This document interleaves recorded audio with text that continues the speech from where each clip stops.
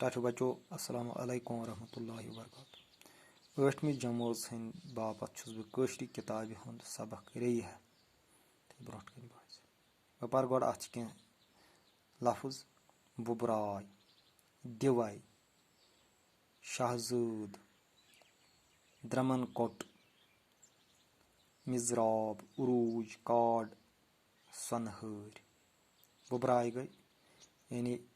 ये कह चीज़ बन खसान जमीन मज मिसाल आब हेवान नेरन तथ बुबराय लगान यानी लगातार नेरुन हेथे नेरुन गई बुबराय रेन हज बुबराय आसान आलि मज इकवट खसान पतन पत दिवै गई कुन जाय कह मल लगुन शहजूद गई राय सज कोर आसान यानी रे मतलब रे शहजूद द्रमन कोट गई द्रमन कानज मिजराब गई आवाज उरूज गो थजर काड कड़न गो वाश कड़न सनहर गो सनर बह पर सबक सोत रूद येलि पथुर नरम्यो तो रेयन लज बुबराय सुबहुक वक ओस तो सुनहर ताप जचन तल नील काच ही पन वथुर नप करान कुल तल के आलचि रे आस तिथ कन नेरान जन तो दिवै ओस अज आस बज तो बिस्यार आस निच बज आस वेछ तम आस सफेद पख करित जन तो कोताम सलस द्रामज तम आस गोबि पौर त्रावान ठहराव कर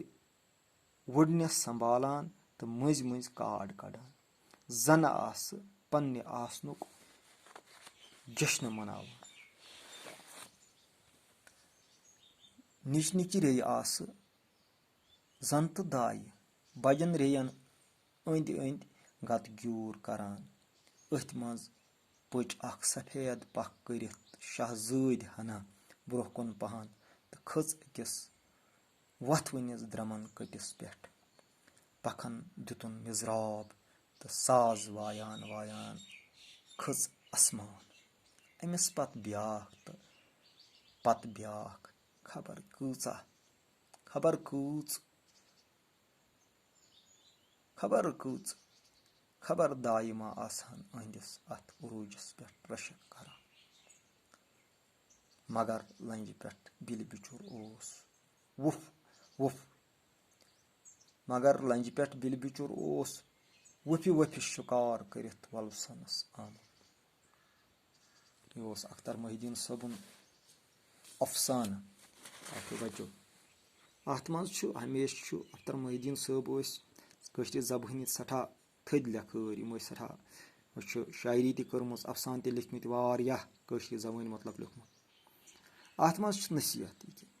रे मिसाल रे आस जो कस्म अख आस लक्चि ब्याख बड़ तमन आस पख आम पे द्रायम आलि मज लज वुडने अथ मज यानी रे हज कम जमीनस पे अमिस पख यह पे वुडो करान दपान बस गो बेकिस दुनियास मज हद नबर नेरान हद नबर द्राय बिल बिचुर लंज पे बिहित